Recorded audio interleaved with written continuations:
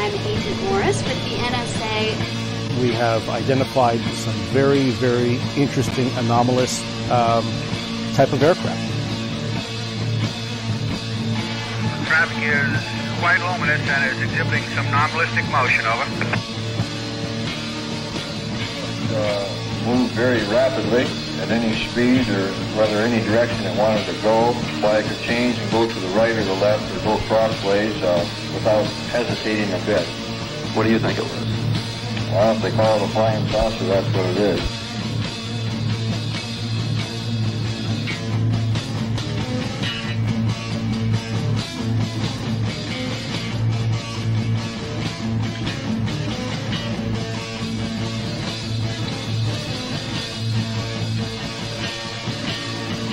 EWA 517, do you want to report a UFO? Over.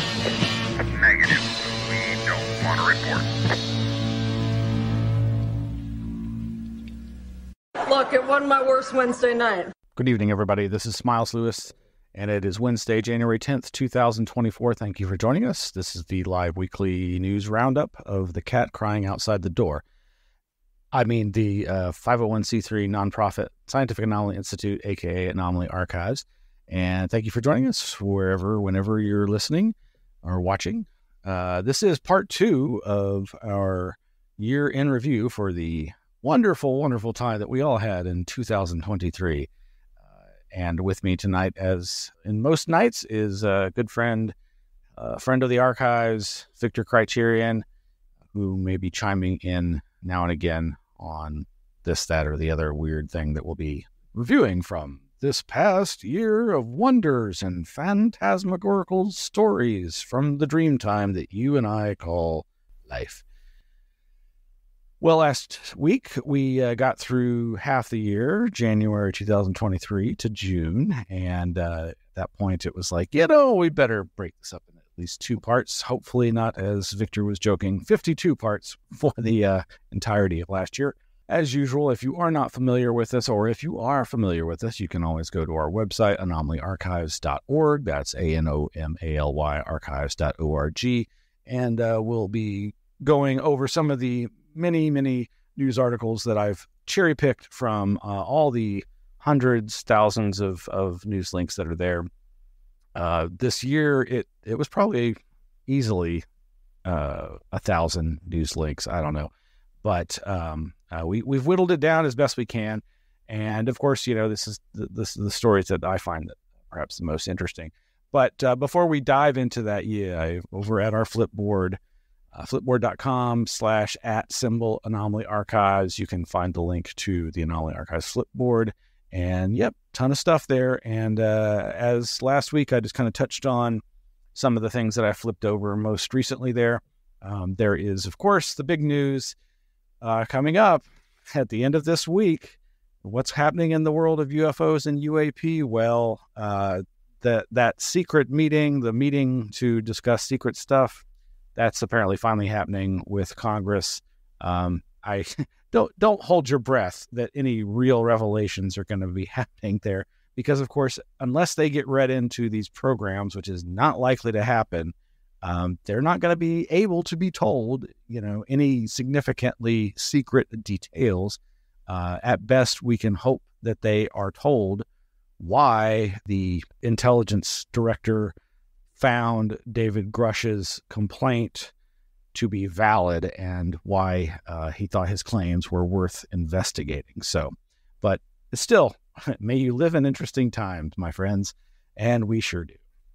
But some of the links that I flipped over, whistleblower says U.S. is hiding UFO the size of a football field. This is from, Metro.com? Basically, David Grush had a private, small gathering with Wall Street folks and cryptocurrency folks. And what was he talking about? The same thing he's always talking about now, his life in terms of the things that he's been told by others about strange government programs, crash saucers, pickled aliens, and all that good stuff. Meanwhile, Erling Strand over at societyforuapstudies.org has written 2 different synopses of the historic Project Hesdalen over in Norway. This is one of the longest running instrumented scientific attempts to quantify and record Earth lights or whatever type of mystery light this turns out to be that's been going on for decades, perhaps centuries, over in this valley in Norway. So we've got the link there to part 1, which covers June of 83 to March of 1994, and part 2, I believe, covers the rest of the time up until now.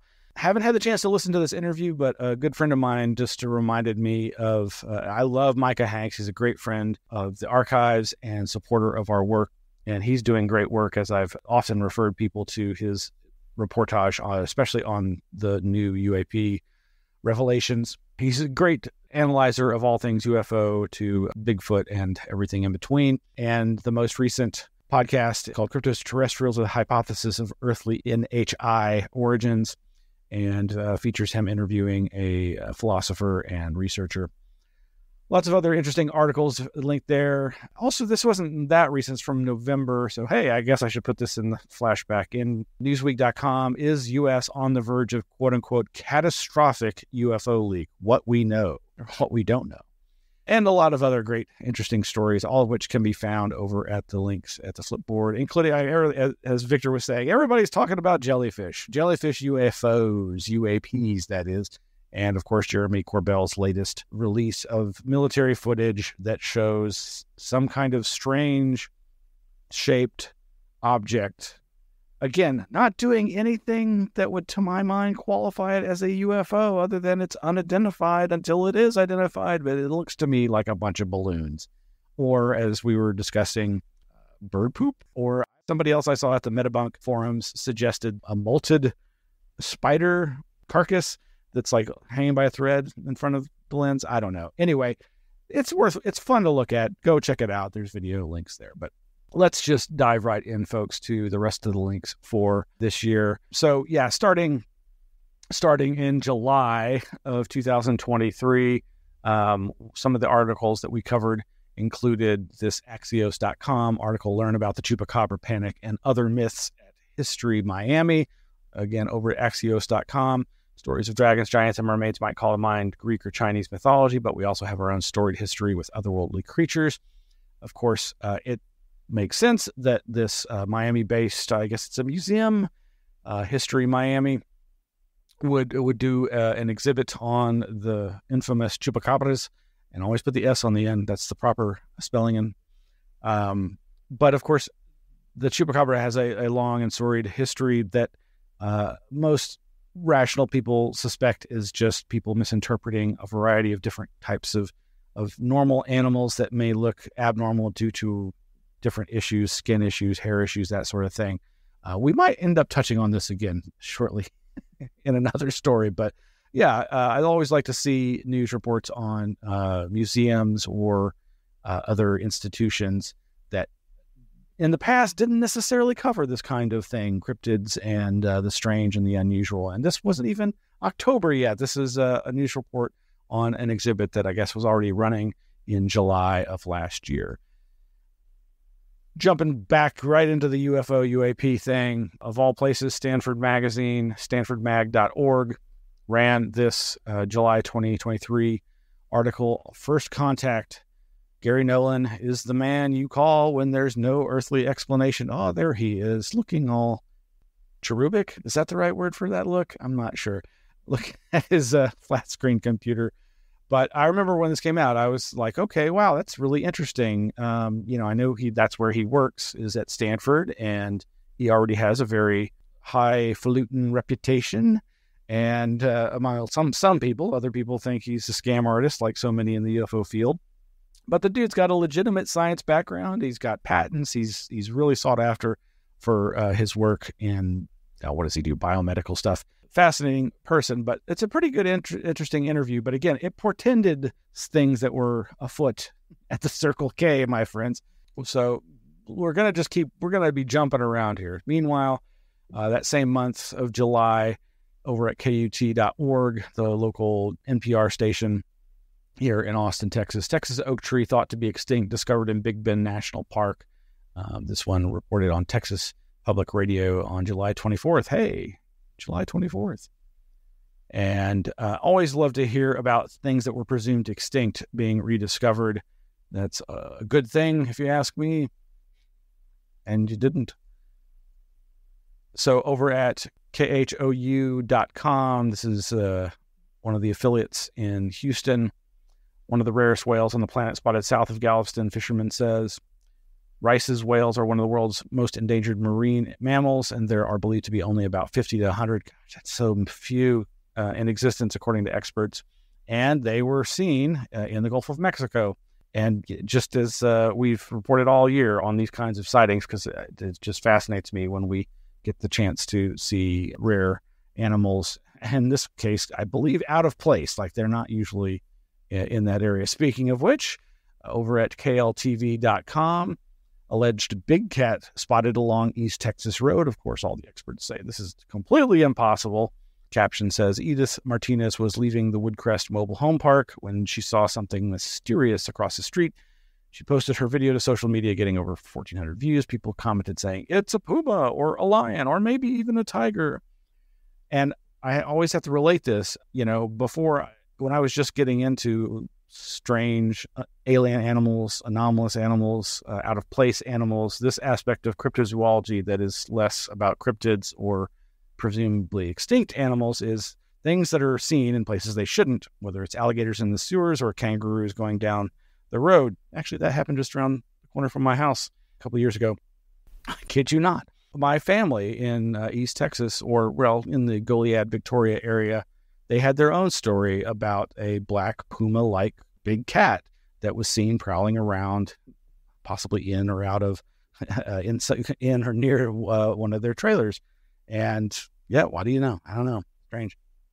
Meanwhile, over at Vice.com, scientists control human DNA with electricity in leap forward study reports. As you know, we love new technology articles, especially just this with all of the CRISPR technology and this ability to rewrite the genome. It's just a fascinating arena that obviously portends much change in our futures. Hopefully, this is the kind of medical procedure that can benefit many, many people in the future and won't be relegated to just something that the elite use to extend their life while we serfs live on in agony. Oh, let's move along. Oh, wait, did I miss something here? Yeah, meanwhile, and this is, we're still in July. Yep. No, that was most of it.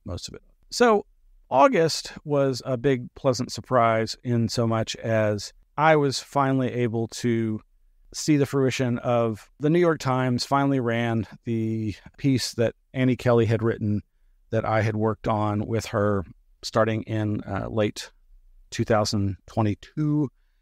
And the article, How QAnon and January 6th Ripped the Conspiracy Theory World Apart, which was then retitled, Even Conspiracy Theorists Are Alarmed by What They've Seen. And this was finally released August 6th. It had actually been written months before, but, as with any big media outlet, they were playing their cards close to their chest and waiting for this to come out. And this is not the version on the New York Times website. It's behind a paywall, but you can find ways of viewing it. I've gotten a lot of positive responses from this. And in fact, a few weeks ago, my wife and I were standing in line waiting to be let into the Wildflower Center here in Austin. This is the Lady Bird Johnson's wildflower acreage where they promote wildflowers, yes, gardening and so forth. And every couple of years, they've had these interesting light art installations called, I believe, just illuminations. And we're waiting to be let in, and some folks came up behind us, and they suddenly surprised to recognize me. And it was my old boss at the Austin Public Library from my first years out of high school. And she and her significant other immediately were like, "Hey, I read about you in the New York Times." I'm like, wow, that's awesome. And they, like everybody else, just had very nice things to say about it. Meanwhile, that same month of August, our good friend Kurt Collins over at one of his 2 or 3 blogs, The Saucers That Time Forgot, published this article on a topic that, of course, we covered in the Anomaly-NOW show, and which has long been a point of fascination for me. It really dovetails with my interest in the parapolitical aspect of UFOs and the paranormal, the possibility that people's beliefs in these strange phenomena could be manipulated. We know that they are. And the recurring theme of the idea of an external threat, as old Ronnie Reagan used to say, of an enemy from outside this planet that might bring the disparate communities of the world, the different governments that are all constantly fighting each other. It might bring them all together, might unite them against a common foe. So yes, August 11th, over at the saucersthattimeforgot.blogspot.com, Alien Attack Unites Humanity. It's an excellent, excellent overview with detailed timeline of the evolution of this idea and all the different points in space and time and human history and utterances of human beings that have talked about this very idea. Very much recommend it. In many ways, I think it's a silly idea that's not really something that we need to worry about, but I just find myself coming back to it over and over again because it's kind of the gross, large-scale version of what I know in my heart happens on a small scale all the time, and suspect in the paranoid part of my brain cells is going on a large scale in some way, shape, or form. I'll leave that for you to decide. And meanwhile, I will describe something that we did also cover on Anomaly-NOW, and I know that Victor Criterion may want to share with us some of his creative ideas on this. But this is a great example of the possible, probable manipulation of people's beliefs and the UFO and alien threat as cover, and that is the Peruvian miners and this idea of people, in this case, supposed illegal mining operations using aliens as cover to make it to scare the natives. Yeah, this is particularly frightening to me since I live out in the woods, far away from people, near mining places. You know, it strikes at home for me. And you had been sending me at the time some of your AI assisted, yeah. So how I was trying to process what was going on. You know, what would they look like? Of course, later we found out that they're more closely the people were on hoverboards rather than with jetpacks per se, even though that's what the government said was jetpacks. And you know, the face slicing and trying to take people's faces didn't help any. Yeah, and you know, there seems to be a long history of South and Central American UFO cases with really scary bodily harm oriented aspects. Of course, Jacques Vallée investigated the chupas, the chupa-chupas, the suckers, not to be confused with chupacabra, who also suck the blood out of their victims. But what he was getting reports of these flying refrigerators, strange box-like small flying objects that were hunting the hunters that worked in the Amazon as hunters for finding food for their families or for selling in markets. But in this case, the authorities had said that no, these are illegal gold miners who are operating in the Amazon and are threatening villagers. And we never really got any good imagery of it. So I was very happy to see your renderings. And I mean, I saw a few attempts of people like taking really grainy footage and trying to do outlines based on those images. But again, I think this is a good example of this parapolitical use.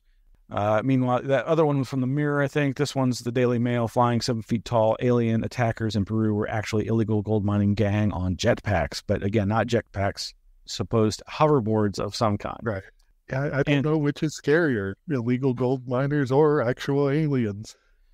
Yeah, and I feel like it was shortly after this, and this is not in my list of, this was actually the best picture, but except that this was not a picture of the actual hoverboard operators. This was the famous, I believe, French hoverboard operator Right. that this apparent witness was saying this is what it looked like, not this was a picture of it. But very fascinating. But it reminds me of the case, I think, that came right after this with the Las Vegas meteor UFO crash and aliens in the backyard news report and body cam footage of the cops and investigating and interacting with the family who made the allegation.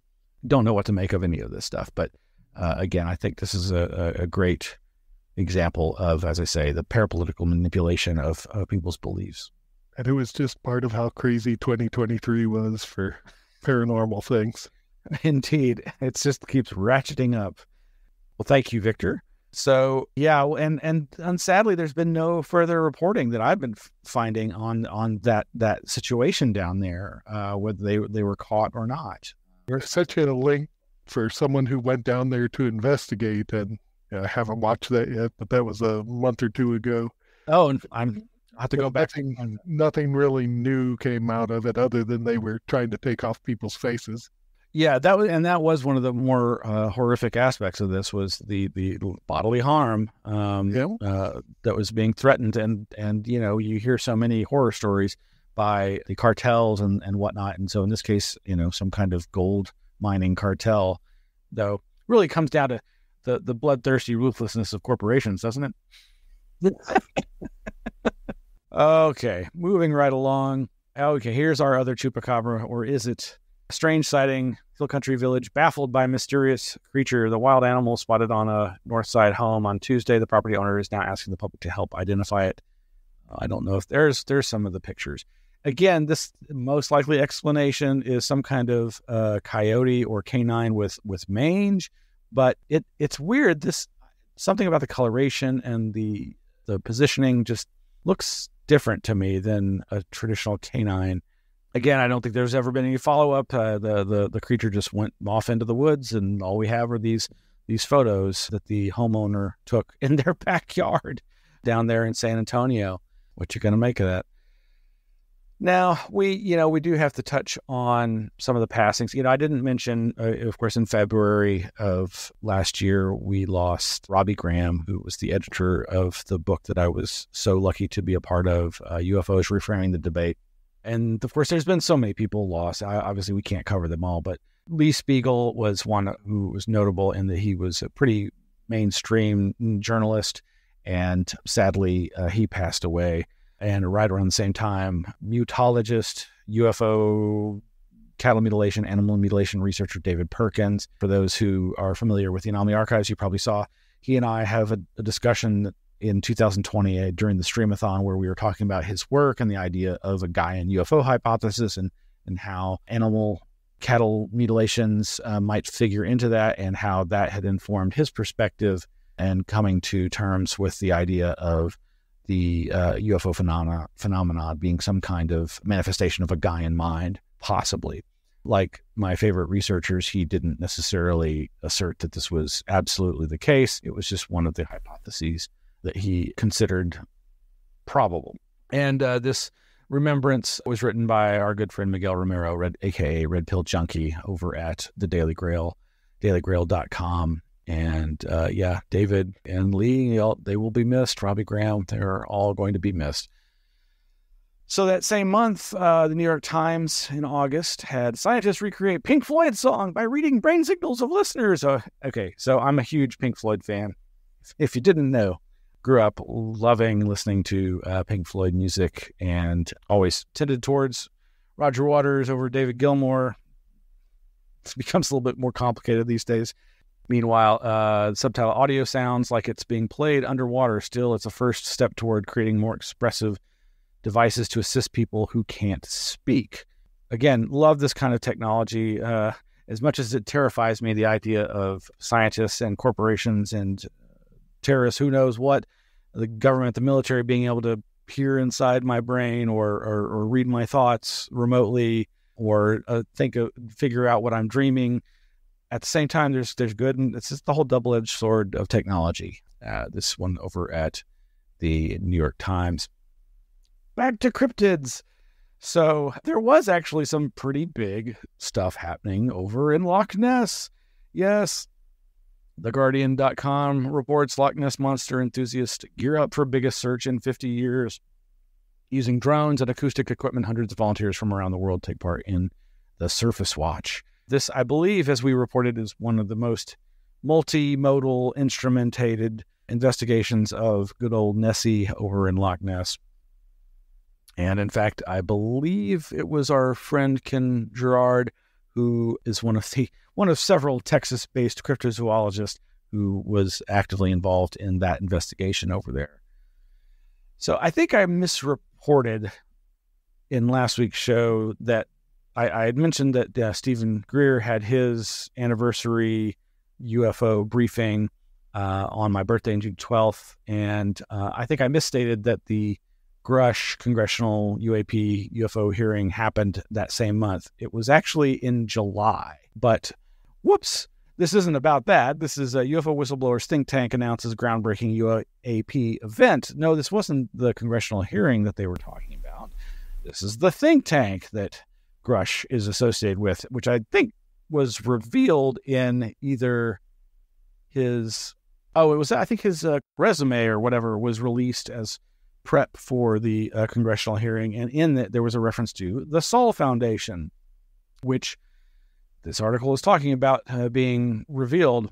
UFO whistleblower Dave Grush is part of a unique UAP-focused foundation hosting its very first event about UFOs in November. Grush gained international attention when he sought whistleblower protection and publicly revealed allegations that the U.S. has a secret UAP retrieval and reverse engineering program.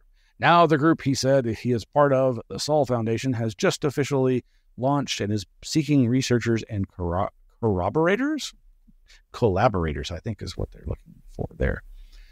This was postapocalypticmedia.com. I am not familiar with that outlet. It's probably got some UFO enthusiasts there. This one by Stephanie. Don't know anything about old Stephanie there. Moving right along, back to the weird, the 4TN, the cryptozoological, the paranormal.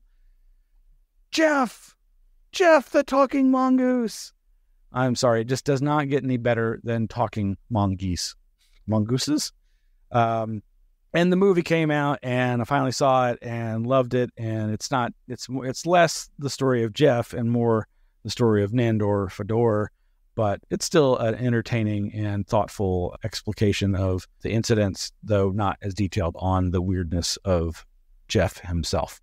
But hey, this was over at atlasobscura.com, the bizarre true story of Jeff the talking mongoose. Oh, and Jeff was a ghost too. And the eighth wonder of the world. You gotta read about Jeff. It'll make you smile, I hope. It's just very strange. Very, very strange. The story of Cashin's Gap and the family's daughter. That says, I think they spell it wrong there. They spell it here Volrrey. I think it's pronounced Vori, but some people think that she was a skilled ventriloquist and it was all a hoax perpetrated by her, but who really knows? Because, mongoose, they might be able to talk, right? Especially if they're actually poltergeists. Well, where are we now in our months? Did I actually skip over? So moving into September became NASA, the UFO UAP month.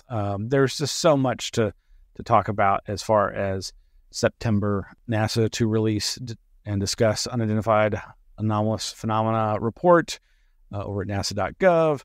UFO whistleblower Dave Grush tells me everything. This is a really worthwhile video to watch, put out by this fellow. I'm going to get his name wrong, but he has a vodcast called American Alchemy, does some fantastic interviews with top-rated people, and thanks to a listener acquaintance online, was like, hey, if you haven't watched this, you should really watch it. And I did, and I've been watching a lot of this guy's videos. It's really good stuff over at American Alchemy. But yeah, this UFO whistleblower, Dave Grush, tells me everything. Very worthwhile and interesting, as is everything on that person's YouTube channel. So yeah, also that month over at religiondispatches.org, from civil rights liberals to new age conspiracy theorists, what Betty and Barney Hill's alien abduction story reveals about America. I haven't actually had the chance to read this article, but the reason I want to point it out is because there is an increasing analysis of the Betty and Barney Hill case as the, of course, prototypical, is that right? The very first alien abduction report publicized in North America, and how it really does kind of create the mold that would go on and be mimicked over and over in the ongoing reports by others of close encounters and abduction phenomena. And I believe last week I mentioned, not as part of this roundup, but a recent article that was part one of a series by Tanner Boyle, I believe is his name, who also was just interviewed on Erica Luke's Expanding Frontiers Research podcast the other night. And really some interesting analysis, again, from more of an anthropological perspective. And I think there's a lot to this issue of the fact that this most famous seminal case involves an interracial couple, and how racial tensions seem to be such an integral part of the abduction narratives as described by experiencers, abductees, etc. But again, this one's over at religiondispatches.org. And I just mentioned EFR, Expanding Frontiers Research.org. That is Erica Luke's and Jack Brewer's and others' nonprofit that is in Utah. EFR announces online UFO archive. You know, this is really the last year or so has been the year of UFO archives. Of course, with Rice University launching theirs publicly in 2022, the David Marler's in New Mexico, joining forces with CUFOS, and Erica and Jack launching and expanding their efforts there in Utah. And they've got a great collection that's accessible online now over at expandingfrontiersresearch.org. And so I just wanted to briefly touch on that. And they got some local news coverage at the Salt Lake Tribune newspaper. sltrib.com is the truth about aliens in this SLC archive. A Utah group is putting UFO docs online. And that's always great to see these kinds of endeavors getting the media attention that they so deserve. Meanwhile, again, like I said, this is the month of NASA and UFOs, UAP. NASA, like Arrow, taking on the A in UAP as not aerial, but anomalous. Yay. Update NASA shares UAP independent study report, names director. We'll probably post a couple different links because there was just so much going on with NASA this month in last year. Another one we lost last year, good friend, parapolitical researcher Ken Thomas. This obituary written by Lauren Coleman over at his Twilight Language blog, which is copycateffect.blogspot.com. Author and conspiracy theorist Ken Thomas passes away.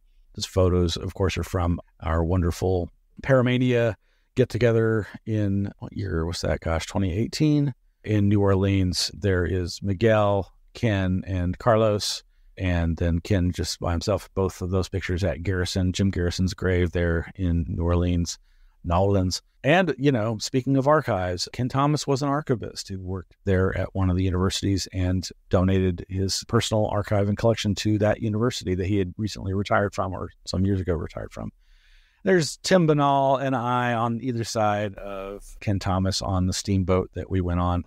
Very old picture of Greg Bishop with Ken Thomas in front of a Ryder truck, a reference to the Oklahoma City bombings, and on, lots of photos. Ken with Paul Kimball, Ken with John Judge, Ken with Skylar Alphagren and Jim Mars, and so many others. Ken is definitely already missed, and fair travels, brother. Meanwhile, Vice.com continuing their coverage of strange stuff, including 15 years ago, UFO sightings rocked a small Texas town. The mystery remains. The 2008 sightings in Stephenville, Texas, are explored in the first episode of Vice Studios' new Netflix show Encounters. Oh, it's a pretty good series. Is this? God, am I confusing this? Was this also Steven Spielberg production? Now I'm really confused. More than usual, folks. Well, I ran out of all the stuff that I had already pre-opened, so we're going to have to go back to my handy-dandy list here and move into October. So that blog I mentioned, Tanner Boyle's blog, is tannerboyle.substack.com, and he's got a number of really good series there, including his Forbidden Science dispatches, where as he's reading from the beginning, the various volumes of Jacques Vallée's Forbidden Science journals, writing articles based on his exploration of those. And I believe also there's many references in the little, how you say, thumbnail picture. Here is a picture of a very young Jacques Vallée on the beach with Betty and Barney Hill. Yeah, love that photo. Other stuff from October of last year, Hauntingly Real Tragedy, Why Austin Ghost Tours Say National Franchises Are Putting Businesses at Risk. We covered that in Anomaly-NOW. And, just like the New York Times article that I was featured in talking about conspiracy theorists, there's this, I believe his name's Brendan Lee Regan, who has defected to the other side. No, he's come to his senses. No, he's had a crisis of conscience. Brendan Lee Regan is a former 9/11 truther, conspiracy theorist who's reformed and really doesn't want to see things like the January 6th riots, etc., and the other conspiracy-minded atrocities that have happened, like the Pizzagate shooting, etc.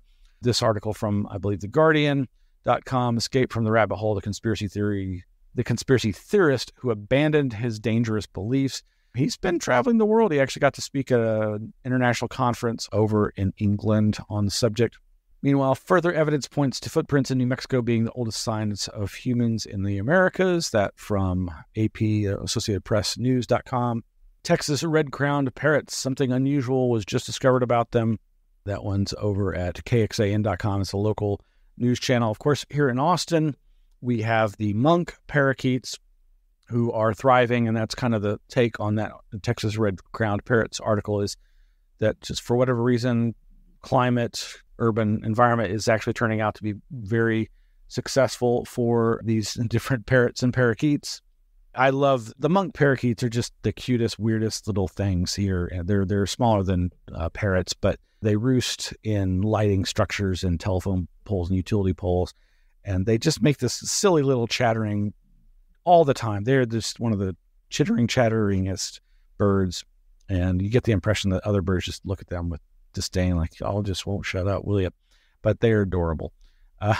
They're also dangerous for the nests that they build sometimes. But meanwhile, let's see. Daughter of UFO researcher James McDonald wrote UFO psychology thesis. This is an article from, yet again, EFR, the Expanding Frontiers Research nonprofit that I mentioned, Erica Lukes and Jack Brewer. They're doing interesting work as they come across material in the archives, the collections that they've amassed. There's this nice little audio article.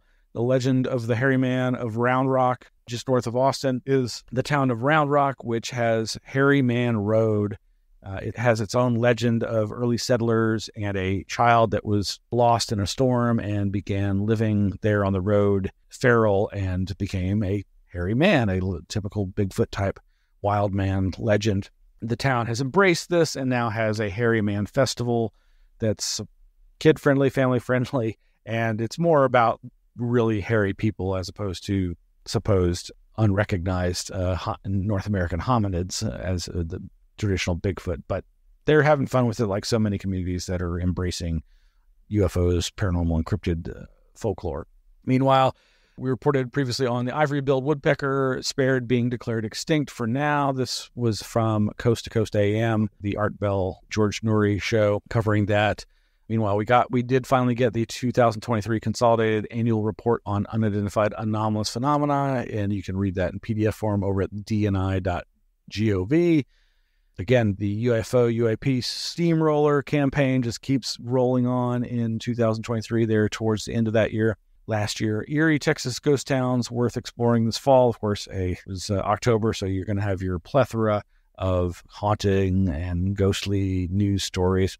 This one being from the Houston Chronicle, chron.com, and similarly, Hill Country Haunting, Erie History at Devil's Backbone Tavern in Fisher, dates back to the 1890s.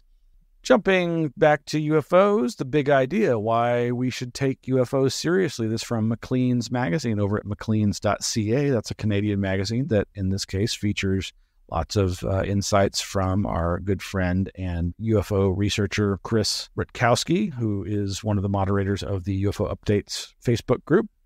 still trying to get through this, but Experiencers, What Science Can Tell Us with Dr. Tyler Kochjohn. This is a episode of Whitley Strieber's Unknown Country vodcast where Jeremy Vaney is the host, and he's interviewing Dr. Tyler Kochjohn, who is a researcher who did a really great investigation of abductees, experiencers, and contactees, whatever you want to call them, people who've had these strange UFO-related experiences, called Project Core, C-O-R-E, and they talk about that research project and, sadly, how it's not really been widely promulgated or replicated.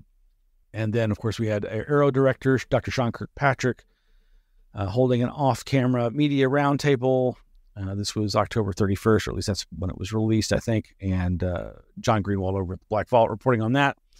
UFO nonprofit brings together Hollywood storytellers with Phenomena-NOW's researchers. This one over at Deadline.com. And then moving into the last 2 months, November, UAP, The Search for Clarity. This is a video featuring Sean Kirkpatrick over at the Hayden Center to explore unidentified anomalous phenomena. There's some very interesting clips I've seen from this. It has the feeling of Between Two Ferns, if you're familiar with that Galifianakis Access Television-esque interview series. Not quite as funny, but there's some moments. But it does give you kind of a sense of really what Sean Kirkpatrick was like and why he's ready to hand off the Aero directorship. Meanwhile, Woolly Mammoth de-extinction project underway in Dallas. Yeah, what could possibly go wrong with bringing extinct animals back alive and reintroducing them into the wild? Who knows? Saul Foundation, how a new think tank of academics is applying cutting-edge research to the UAP mystery. Of course, this is multiple links to our good friend Micah Hanks' reportage on this, as I was saying earlier, who has done great work chronicling that. He was at the event at Stanford and has reported on that and interviewed all the people involved. Great analysis of that. There was this PDF, this paper released, The Ultra-Terrestrial Hypothesis, a Case for Scientific Openness to an Interdimensional Explanation for Unidentified Anomalous Phenomena, from the Journal of Transpersonal Psychology. Again, this just interesting locations where in academic journals, this is getting more attention. I think that's a good thing. And lastly, for November, these clues hint at the true nature of OpenAI's shadowy Q project over at Wired.com. Victor was just before the show reminding me of the latest information on AI news, and boy, it's one of those like, wow, that's great. Is it? Not sure. I really worry, but that's kind of my personality.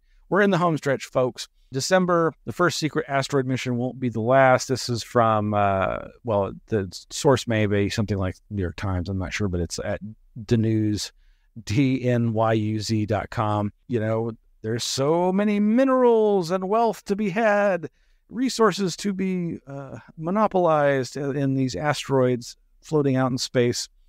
You know, that's going to be such big business soon. And while they can probably do it without humans, there's going to be humans there doing repairs probably on all that machinery. So we'll have some self-replicating repair units, right?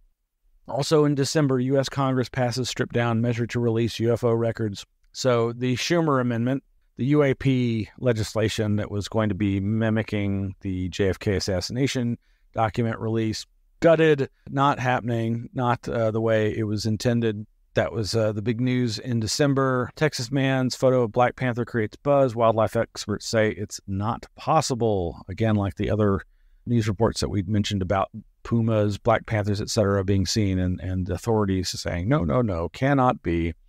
This is over at news.yahoo.com. And then I mentioned this in the last show.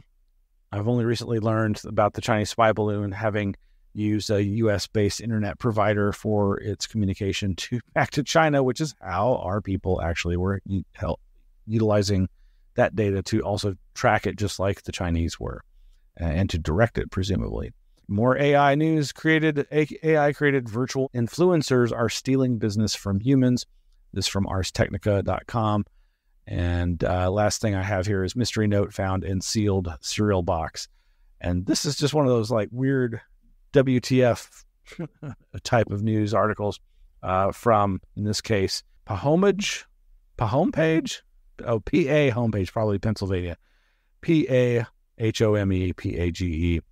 It's just a weird situation where people are finding sealed food packages like cereal boxes and inside finding little paper notes that the authorities and the news reporting is not telling us what's on these notes, but it's so freaking out the people that are finding it, partly just because how did it get inside the sealed packaging? That seems to be part of the freak out, but I get the impression that there's something about the nature of the messages themselves that's freaking people out. If you know anything about this, folks, please let us know. And with that, my voice is already getting sore, so I'm going to call that's the wrap up for the 2023 year in review. Thank you for joining us, folks, and we'll be back next week. And hope you like and subscribe, comment, all that stuff. All right, thank you, and good night.